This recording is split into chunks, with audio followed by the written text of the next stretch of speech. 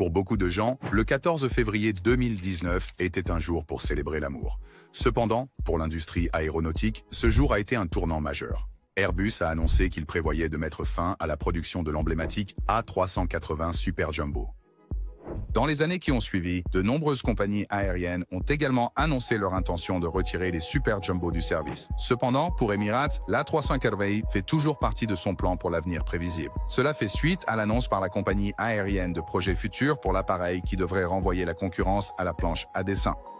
Restez à l'écoute. En 1988, une équipe d'ingénieurs des entreprises aérospatiales européennes s'est réunie avec 1,1 million pour planifier le développement d'un avion de très grande capacité. Cette initiative était une réponse à l'innovation révolutionnaire de Boeing, qui a vu le développement du premier 747 en 1969.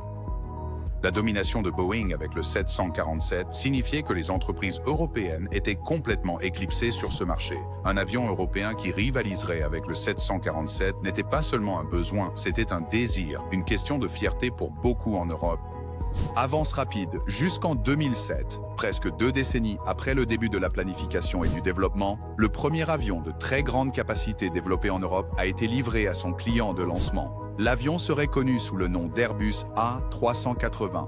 Il deviendrait rapidement le favori des passagers, beaucoup le mettant sur leur liste de souhaits de voyage. Cependant, il y avait un problème.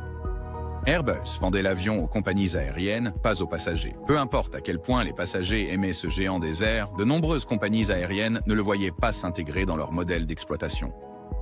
Pour commencer, le coût d'exploitation par mile de vol d'un A380 se situe entre 26 000 et 29 000 $.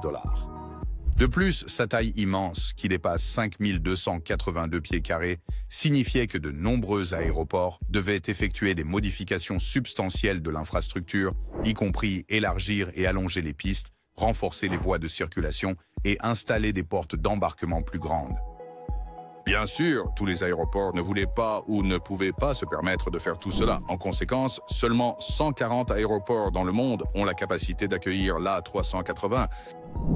La configuration à 4 moteurs de l'A380 signifiait également que l'avion consommait beaucoup de carburant. Pour aggraver les choses, 3 ans après le lancement du programme, Boeing a lancé le 787 avec les moteurs Jenks et Rolls-Royce a rapidement suivi. Ces moteurs avaient environ 12% de meilleure consommation de carburant que ceux alimentant l'A380, rendant encore plus difficile pour le roi des cieux de percer sur le marché. Le résultat, une performance décevante de l'A380 sur le marché, car de nombreuses compagnies aériennes hésitaient à l'ajouter à leur flotte. Au moment où Airbus annonçait son intention de mettre fin à la production de l'A380, seulement 251 commandes fermes avaient été passées par seulement 14 clients. Cependant, alors que les compagnies aériennes du monde entier choisissaient de se détourner de l'A380, une compagnie aérienne voyait cet avion comme le meilleur choix pour son modèle opérationnel. En fait, la compagnie aérienne a fini par posséder près de 80% des A380 jamais fabriqués. La compagnie aérienne n'est autre qu'Emirates. Maintenant, Emirates a clairement indiqué que l'A380 pourrait constituer une partie importante de sa flotte pour encore quelques années, grâce au plan qu'elle a pour l'avion. Alors, quel plan Emirates a-t-elle pour l'A380 ?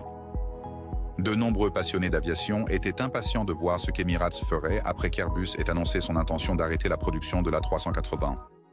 En tant que plus grand opérateur du roi des cieux, la décision d'Emirates aurait des effets immenses sur l'industrie aéronautique. La compagnie aérienne choisirait-elle de conserver l'appareil ou l'abandonnerait-elle comme le faisaient d'autres compagnies au profit de jets gros porteurs plus petits et plus économes en carburant ? Après des mois d'attente et de spéculation, Emirates a apparemment laissé plusieurs indices sur sa décision en novembre 2023 lors du Dubai Air Show. Le premier et le plus important indice est venu du président de la compagnie aérienne, Tim Clark, qui a été cité en disant « L'A380 a été et continuera d'être une partie importante de l'histoire d'Emirates. L'A380 restera au cœur de notre réseau et de notre proposition client pour la prochaine décennie et nous voulons nous assurer que notre flotte est en parfait état. » Fidèle aux paroles de Clark, la compagnie aérienne a apparemment redoublé d'efforts en signant des accords d'une valeur de plus d'1,5 milliard de dollars avec plusieurs fournisseurs et partenaires pour fournir des services de haute qualité en aviation, après-vente et en maintenance, réparation et révision.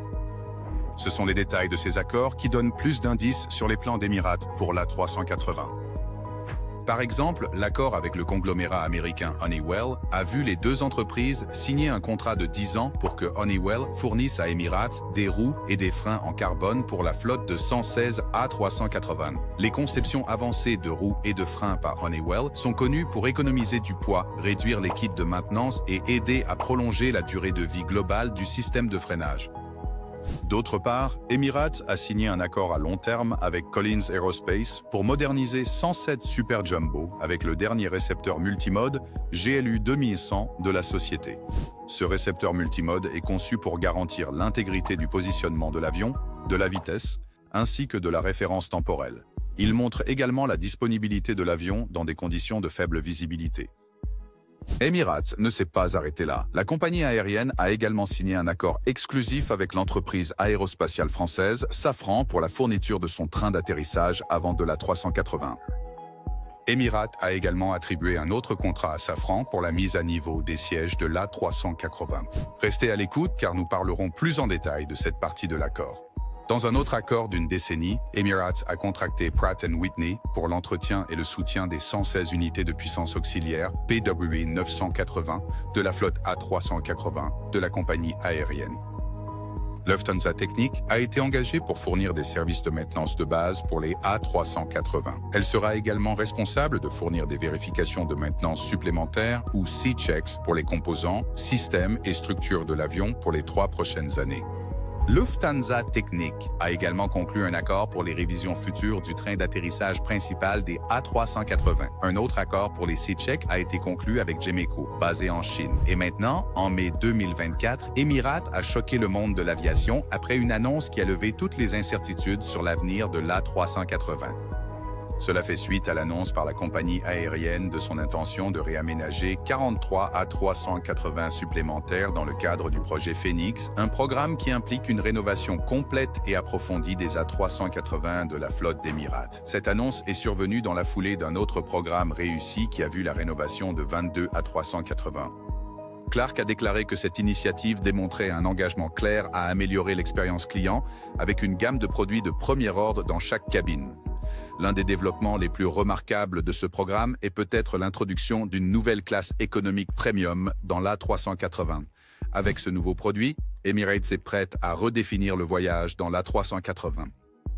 Les voyageurs qui ont expérimenté les nouveaux sièges de la classe économique premium n'ont que des éloges pour ces nouveaux sièges. Le siège commence par une inclinaison généreuse de 8 pouces qui assure que l'on peut voyager sur de longues distances sans se faire mal au dos. Cela est ensuite associé à un espacement de 40 pouces, soit 6 pouces de plus que ce que l'on trouve en classe économique standard. Ce dégagement est également plus que suffisant pour que le passager derrière puisse prendre son repas lorsque le siège est complètement incliné.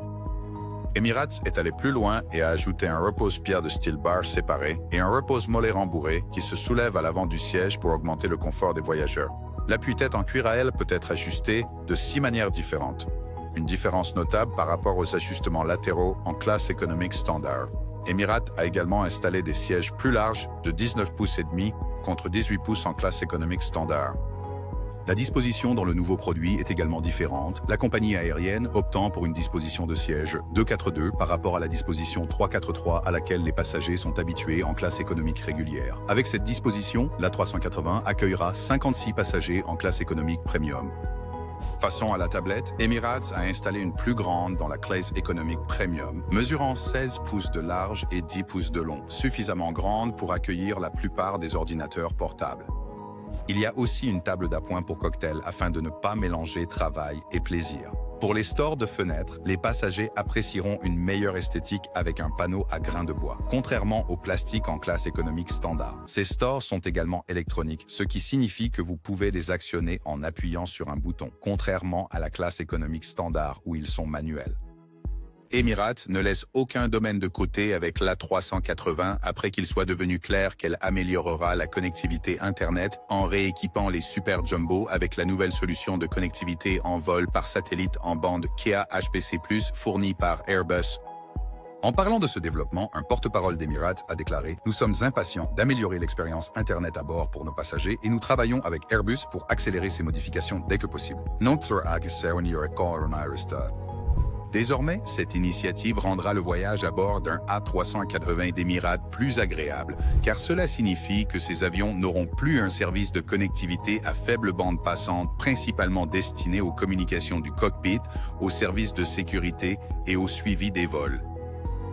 La nouvelle fonctionnalité d'Airbus sera conçue pour alimenter l'Internet haut débit sur les appareils des voyageurs. Actuellement, Emirates propose ce produit dans 16 villes aux États-Unis, au Royaume-Uni, en Australie, en Nouvelle-Zélande, à Singapour, en Inde, au Japon et au Brésil.